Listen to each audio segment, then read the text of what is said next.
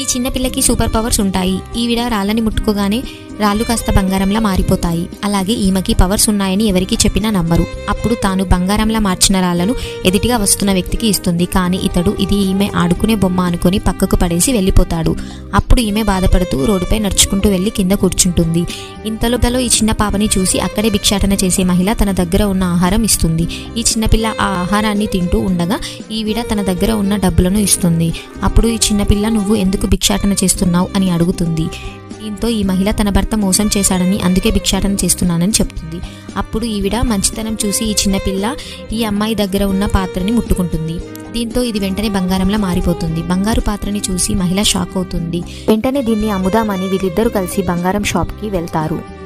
అప్పుడు బంగారం షాప్లో ఉన్న అమ్మాయి ముష్టి వాళ్ళకి లోపలికి ప్రవేశం లేదు అని చెప్తా అని ఈ చిన్నపిల్ల బంగారు పాత్రని చూపించి దాన్ని అమ్ముదామని వచ్చామని అప్పుడు బంగారు షాప్లో ఉన్న అమ్మాయి దాన్ని టెస్ట్ చేసి చూడగా ఇది నిజమైన బంగారం అని తెలుస్తుంది. ఇంతలో షాప్ ఓనర్ అక్కడికి వచ్చి ఆ బంగారాన్ని చెక్ చేస్తాడు.